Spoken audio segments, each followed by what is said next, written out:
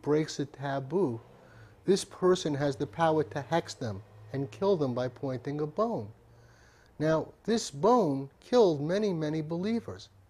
But later on, when the missionaries came and when the Europeans came and these people were conquered, they pointed their bones at the missionaries. They pointed their bones at the soldiers. It had no power, because the power of the bone was in the belief. And what made it work is it wasn't only the individual's belief, it was the whole community, the whole group shared this belief.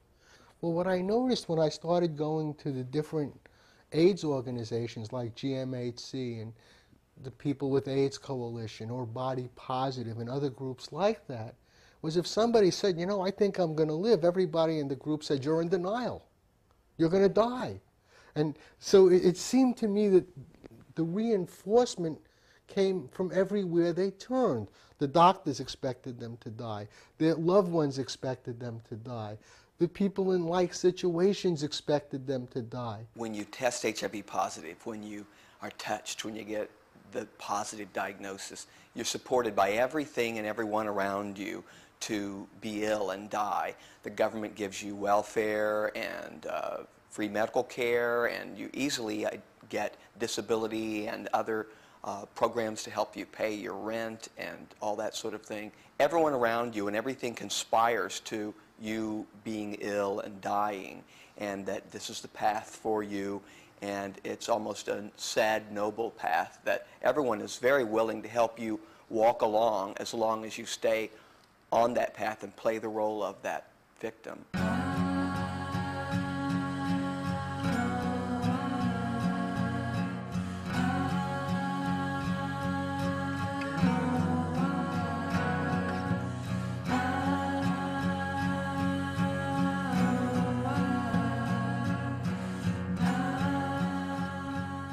It was easier on the other side.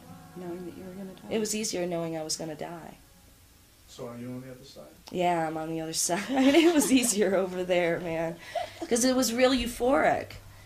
And it was real, like, touching the face of, like, God or something like that, coming one with the earth and realizing that everything was going to pass and change. And that's a real euphoric feeling. There's something attractive about giving up. And I see people ready to do it and doing it all the time.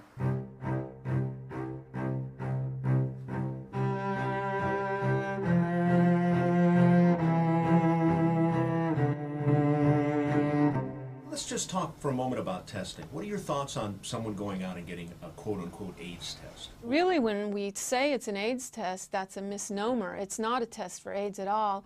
And surprisingly, something that it took me a long time to figure out, it's not even a test for HIV.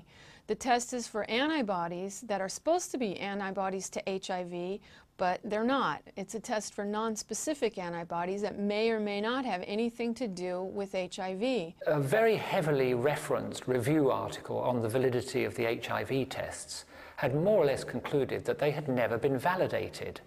At the time, I didn't quite realize that one of the implications in this article was that HIV itself had never properly been isolated. It was so difficult to isolate and obtain that that was the reason why the HIV test had never been validated, because to validate a diagnostic test according to the classical decent standards, you need to show that patients who test positive with your antibody kit have got the virus in them, and patients who don't test positive are free of the virus.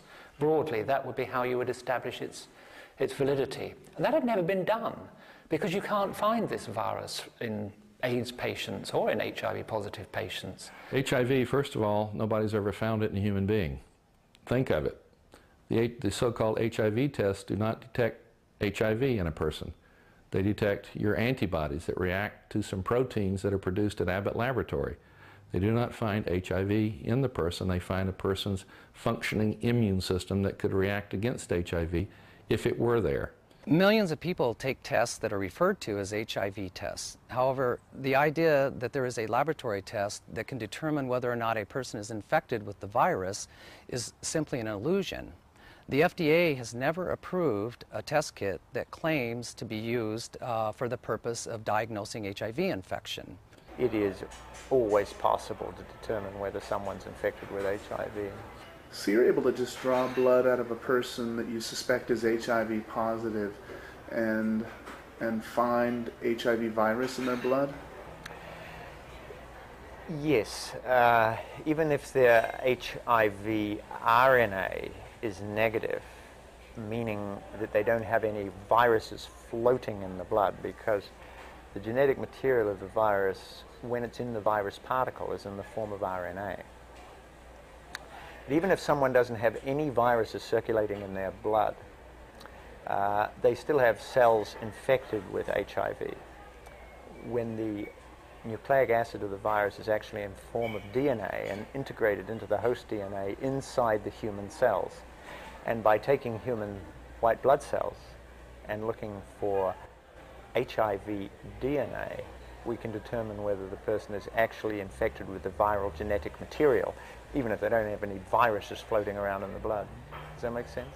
The ultimate test that the establishment offers is what's called a co-culture technique, where you take a sample of the individual's blood cells, white blood cells. You cannot find HIV now in this sample. All you have are these blood cells. But then you culture these cells with some special cells that Robert Gallo generated some years ago. You have to throw in some powerful chemicals, phytohemagglutinin or IL-2, for example, to force these cells to do anything. The idea is to wake up the patient cells to start producing RNA, and then this RNA will be coated in a protein, and possibly then there will be viral particles produced in the medium. These viral particles now will go infect the other cells that you added, and then you will amplify by a period of time the replication of these viral particles in the laboratory, what we call in vitro. Now, these particles did not exist in the patient, in the human being, the person that you got the sample from. You created them in the laboratory. And by creating these virus particles in the laboratory, people say they have isolated HIV from a human being. They have not done any such thing. Nobody was looking at the blood of an AIDS patient and finding it crawling with some new organism and said, hey, this is this virus that we call HIV now. Is there a test that can definitively tell you if you're infected with virus? With the virus, sure. What is that test? Well, the test is to do the ELISA test, which really demonstrates, and in essence it's a surrogate also because it represents antibody production to the virus. But they have demonstrated the virus. They've had crystalline models of the virus. HIV exists.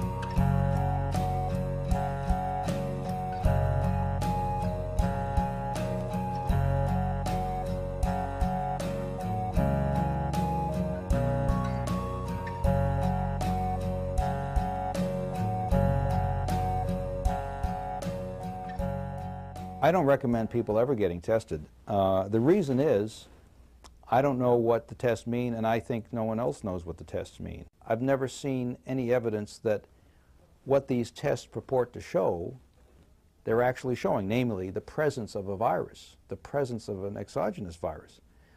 I really would like to see the electron microscopic data of this, and apparently there is none. There is none where you've done a rigorous isolation protocol. The test is for antibodies that are supposed to be antibodies to HIV, but they're not. It's a test for non-specific antibodies that may or may not have anything to do with HIV. So it's not at all like we're being told, and it's really, when you think about it, if you're told that testing is responsible, it's a pretty irresponsible test to be taking. In the gay community, everybody tests all the time. Everybody around me was taking HIV tests. It's a responsible thing to do. It's sort of a gay rite of passage to regularly get tested. You know, and consequently, many people around me tested positive.